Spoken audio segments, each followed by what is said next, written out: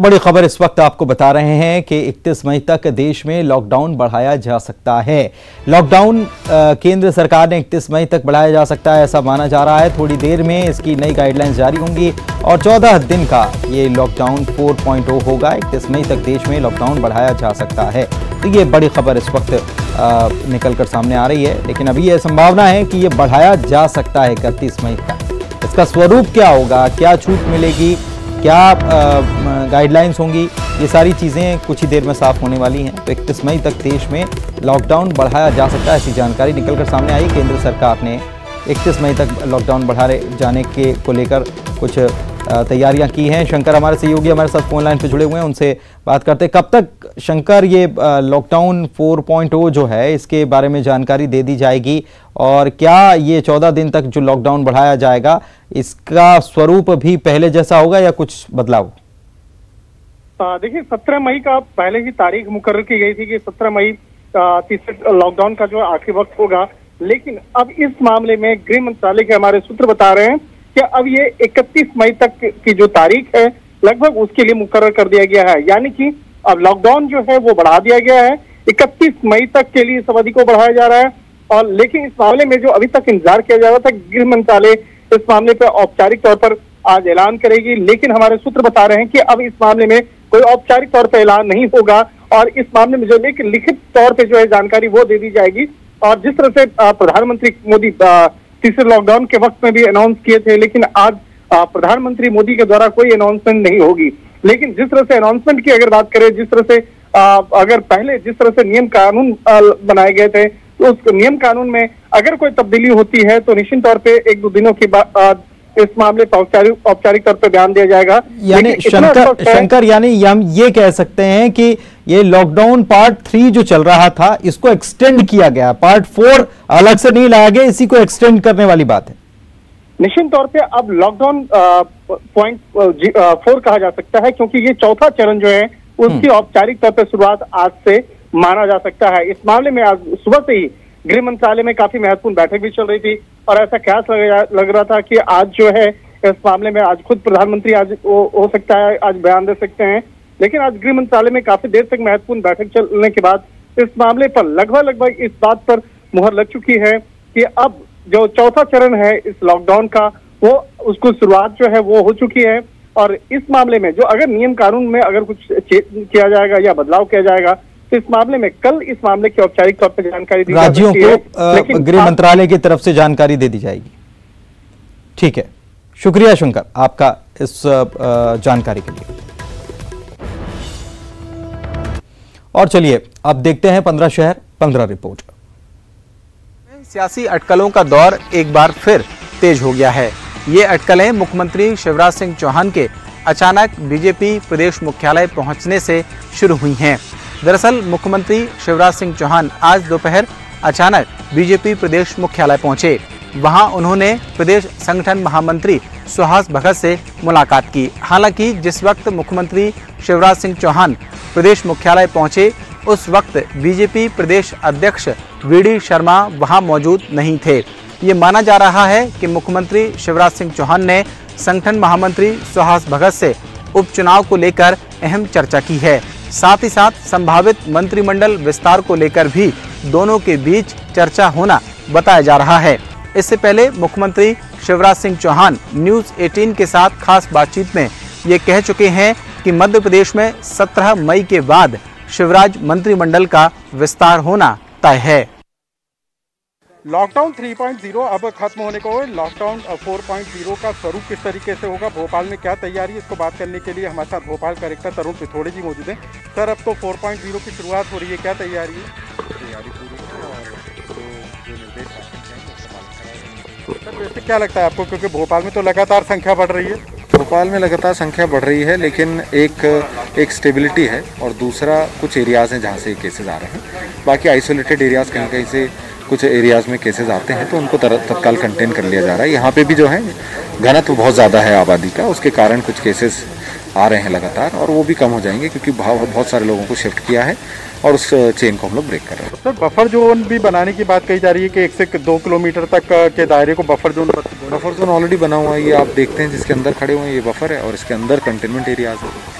Sir कितने ऐसे इलाके हो गए कि जो कितने वार्ड आ गए, कितने थाने आ गए, या कितना है बड़ा इलाका? थाने बहुत सारे हैं, 25-30 थाने हैं, 25 के आसपास थाने हैं। वार्ड भी काफ़ी सारे हैं, लेकिन कुछ वार्ड मुक्त भी हुए हैं, कुछ वार्ड ग्रीन हुए हैं। और क्योंकि कहीं पे भी एक भी एक्टिव केस रहता है, भले वो एक्टिव केस हॉस्पिटल में हो, तो हम उसको प्रभावित मानते हैं। सर कुछ बेड वगैरह की संख्या भी बढ़ाई जा रही है, कुछ अन्य व्यवस्थाएं भी की जा रही हैं? जो भी एक हम लोगों को प्रोजेक्शन दिखता है उसके अनुसार बेड की व्यवस्था की गई। CCC भी हमारे चालू हो गया, जो यूनानी हॉस्पिटल है वो भी चालू है, वहाँ पे भी लोगों को रखा गया। सर लेकिन भोपाल के लोग चाह रहे हैं कि कल से किस तरीके का माहौल होगा, क्या स्वरूप होगा, उसके लेकर कल भोपाल स्तर पे क्या तैयारी? उसकी तैयारी हम लोगों ने की है, हम लोगों ने कुछ प्रस्ताव भी भेजे हैं। आज जिस तरह के निर्देश आएंगे उसके लॉकडाउन बढ़ाए जाने की भी बात कही जा रही है भोपाल में। अब वो जो आज निर्देश आएंगे तो पता लगेगा शाम तक। तो भोपाल कलेक्टर ने जिनका कहना है कि जो निर्देश राज्य सरकार के द्वारा जारी होंगे उनका पालन किया जाएगा। इंदौर में कोरोना पॉजिटिव मरीजों की संख्या बढ़कर 2470 हो गई है। बीते 50 से अधिक दिनों में इंदौर में 100 लोगों की मौत कोरोना से हो चुकी है। जान गंवाने वालों में अधिकतर 50 से 80 वर्ष के बुजुर्ग शामिल हैं। लॉकडाउन का तीसरा चरण आज खत्म होगा, लेकिन इंदौर में अब भी हालात चिंताजनक बने हुए हैं। दरअसल शनिवार को कोरोना संक्रमित एक मरीज के दम तोड़ने के साथ ही इंदौर में मौत का आंकड़ा 100 पार कर चुका है। सिर्फ 53 दिन में कोरोना काल में इतनी बड़ी संख्या में लोगों की जान जाने का शहर के इतिहास में 109 साल बाद यह दूसरा मौका है। इससे पहले 1901 से 1911 के बीच महामारी के कारण 22,000 मौतें हुई थी। ऐसा भी पहली बार हुआ है जब 2182 सैंपल की जांच हुई, उसमें से 92 नए मरीज मिले, जबकि 2090 की रिपोर्ट निगेटिव आई। हालांकि अब तक बड़ी संख्या में कोरोना पॉजिटिव मरीज अस्पताल से स्वस्थ होकर घर वापस आ चुके हैं। वहीं अस्पतालों में इलाजरत मरीजों के मनोरंजन की व्यवस्था भी अब प्रशासन के द्वारा की जा रही है। इसके पीछे मुख्य कारण है कि मरीज मनोरंजन का सहारा लेकर अपनी निगेटिविटी को दूर रखें और जल्द सेहतमंद हो सके। इसी क्रम में जिम्मेदार कोविड-19 अस्पताल में हाई स्पीड इंटरनेट डेटा और टेलीविजन का इंतजाम करवाने जा रहे हैं, ताकि मरीज इंटरनेट के माध्यम से अपने परिजनों के संपर्क में रहें और खुद को कतई अकेला महसूस न करें। बहरहाल प्रशासन हर संभव प्रयास कर रहा है कि जल्द से जल्द शहर कोरोना फ्री साबित हो सके और शहर की रफ्तार पुराने वक्त जैसी हो सके। हालांकि अब शहर के नागरिकों को और उत्सुकता है कि लॉकडाउन का चौथा चरण जो कल से लागू होने वाला है वो कैसा होगा और उन्हें किस तरह की रियायत मिल सकती है। लेकिन शहर के हालात अब भी लॉकडाउन को और सख्त मनाए जाने की ओर इशारा करते हैं। राजधानी भोपाल में कोरोना संक्रमण का ग्राफ लगातार बढ़ता ही जा रहा है। शहर में आज फिर 30 से ज्यादा नए पॉजिटिव मरीज सामने आए हैं। ये सभी मरीज शहर के हॉटस्पॉट जोनों से निकल कर के सामने आए हैं। पॉजिटिव लिस्ट में नन्हे मासूमों से लेकर के बड़े बुजुर्ग तक शामिल हैं। प्रदेश में कोरोना के संक्रमित मरीजों की संख्या तेजी से बढ़ती जा रही है। हालांकि मध्य प्रदेश में स्वस्थ होने वाले लोगों की संख्या भी अन्य राज्यों की तुलना में बेहतर है। लेकिन बात संक्रमण की चेन की करें तो राजधानी भोपाल में कोरोना वायरस के मामलों में तेजी से इजाफा हो रहा है। इंदौर के बाद भोपाल वो शहर है जहां कोरोना के मरीजों का ग्राफ तेजी से बढ़ता जा रहा है। पिछले 2 हफ्तों से ज्यादा तेजी के साथ इस ग्राफ में उछाल देखा गया है। प्रदेश का सबसे बड़ा हॉटस्पॉट जोन जहांगीराबाद में संक्रमण की रफ्तार थमने का नाम नहीं ले रही है। प्रदेश में सबसे ज्यादा संक्रमण के मामले यहीं से सामने आए हैं। आलम यह है कि जिले के 25% मरीज अकेले जहांगीराबाद से हैं। रविवार सुबह आए मामलों में एक डॉक्टर समेत उनके पूरे परिवार के 10 लोग कोरोना पॉजिटिव निकले हैं। इस परिवार की 3 पीढ़ियां संक्रमण की चपेट में आ चुकी हैं। अकेले सिर्फ यही नहीं, इससे पहले भी ऐसे कई मामले सामने आए हैं जिसमें परिवार की 3 पीढ़ियां कोरोना का शिकार बनी हैं, जिनमें बुजुर्ग से लेकर नन्हे बच्चे तक शामिल हैं। रविवार पॉजिटिव मिले डॉक्टर मेडिकल कॉलेज के एसोसिएट प्रोफेसर हैं। परिवार में 3 साल, 7 साल और 5 साल के 2 बच्चे हैं। इसके साथ ही 10 लोग और कोरोना के शिकार बने हैं, क्योंकि सभी की रिपोर्ट पॉजिटिव आई है। इसके बाद सभी को अस्पताल में भर्ती कर पूरे क्षेत्र को सील कर दिया गया है। रविवार पॉजिटिव मिले मरीजों की विभाग कॉन्टैक्ट हिस्ट्री तलाश कर उन्हें अस्पताल पहुंचाने में लगा हुआ है।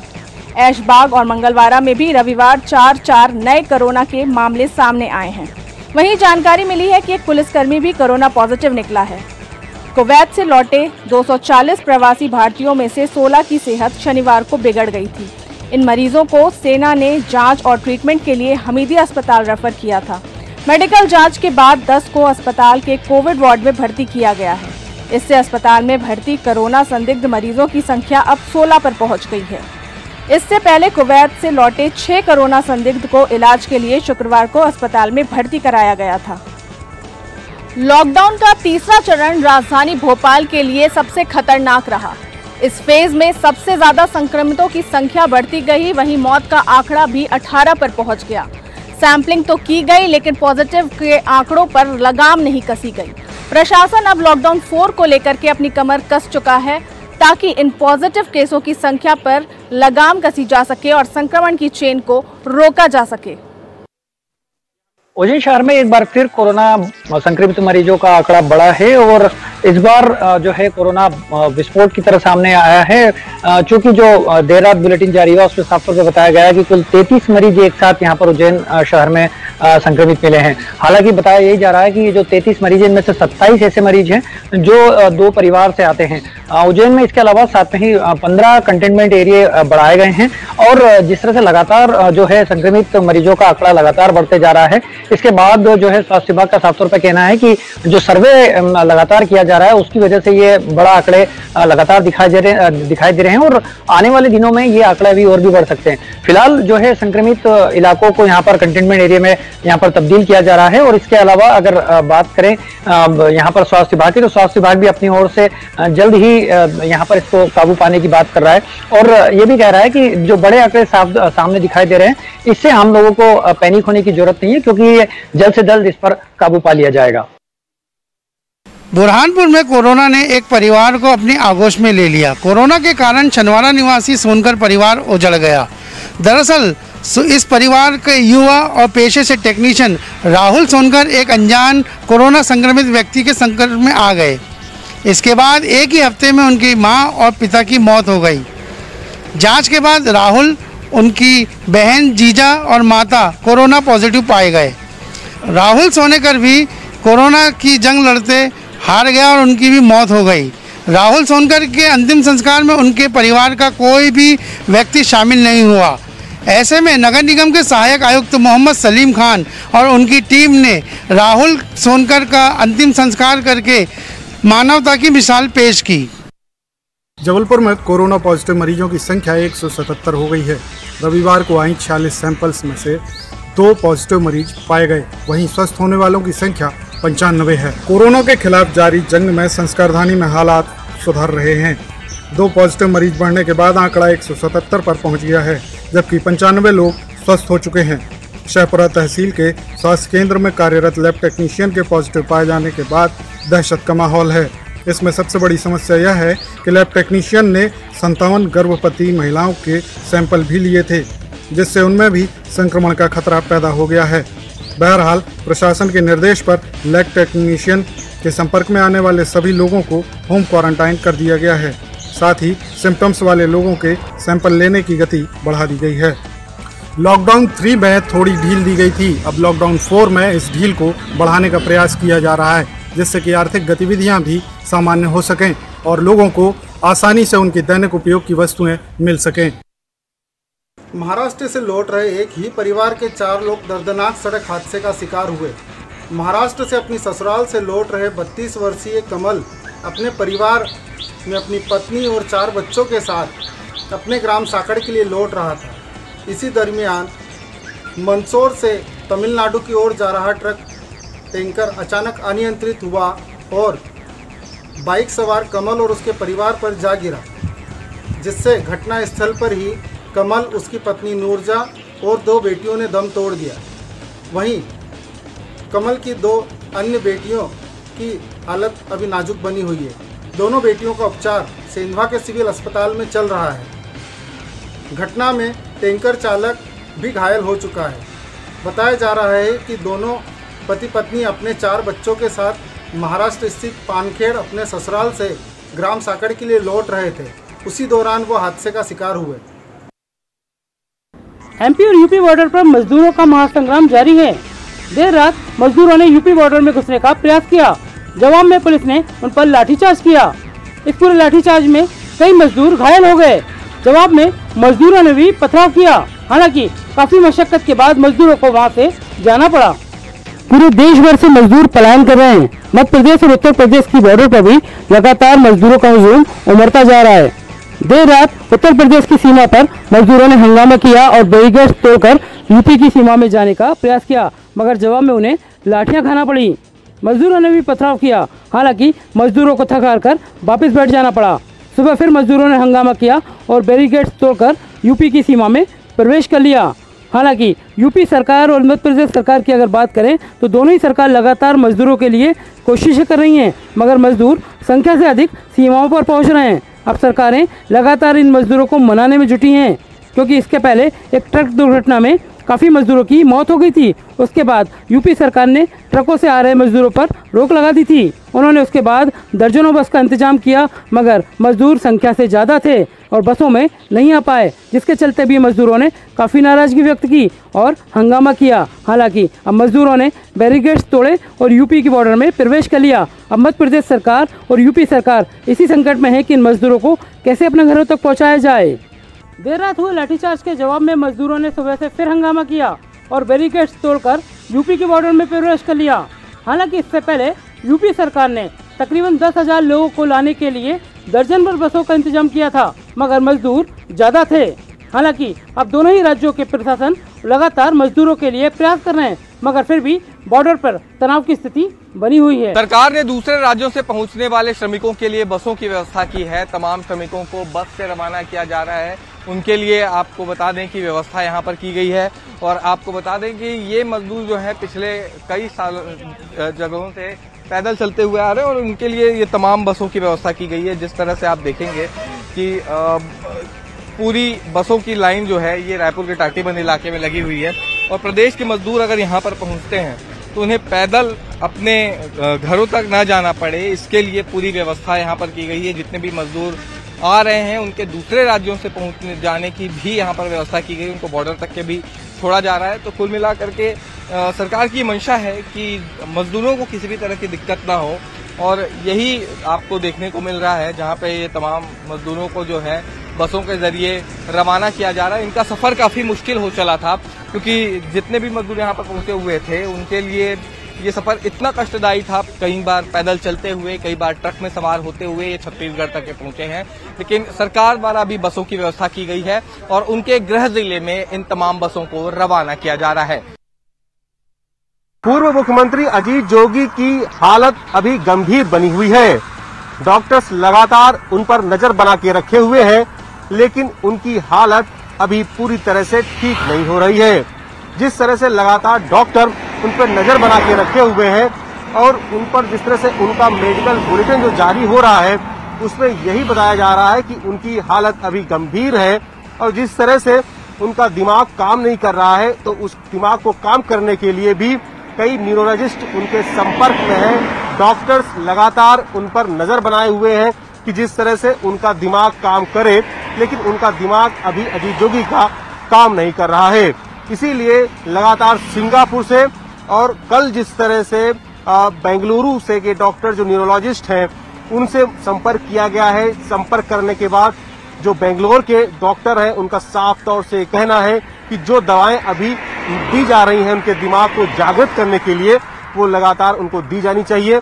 उसके बाद देखना होगा कि जोगी अपनी सही स्थिति में आ पाते हैं या नहीं। और अभी जिस तरह से वेंटिलेटर पर हैं और वेंटिलेटर से ही उनको सांस दी जा रही है, किसी प्रकार की हलचल जो शरीर में जिस तरह से होनी चाहिए वो होती नजर नहीं आ रही है। डॉक्टर लगातार प्रयास कर रहे हैं उनके दिमाग को जागृत करने के लिए, लेकिन अभी तक उनका दिमाग जागृत नहीं हो रहा है, जिससे लगातार ये नजर जो है डॉक्टरों की ये बनी हुई है कि वो जल्दी ठीक हो, लेकिन जो स्थिति होनी चाहिए, जिस तरह से ठीक होना चाहिए, वो होते हुए अजीत जोगी नजर नहीं आ रहे हैं।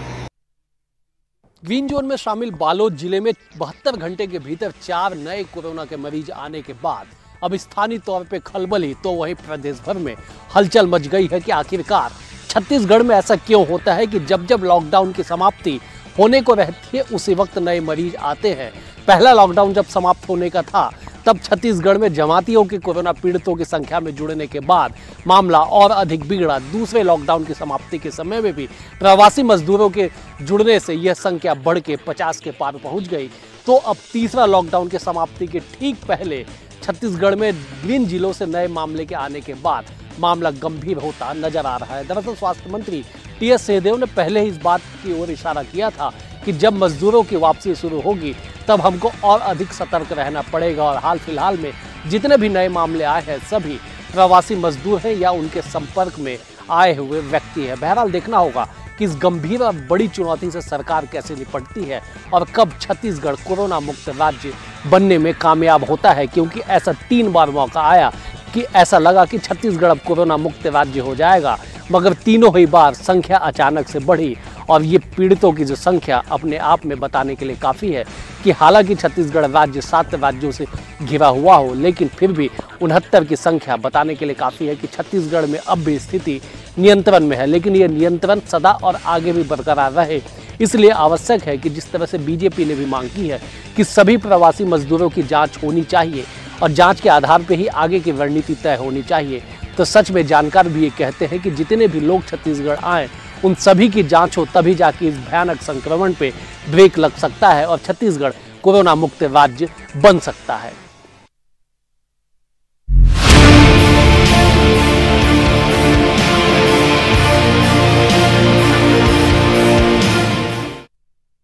इस न्यूज हेडलाइंस के प्रायोजक